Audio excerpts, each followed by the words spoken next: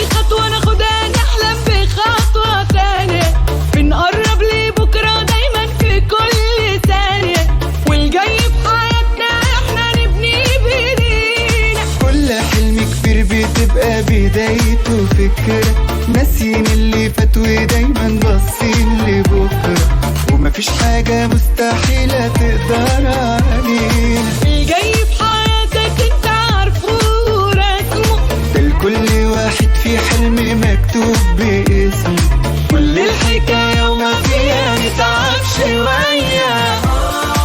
امسك في حلمك وخليك وراه، كلمتنا صعب ولا يمكن ولا إياك في لحظة نقولها وبكرة يجي وشايل معاه فرحة وضحكة ودنيا وحياة، والسكة هنكملها.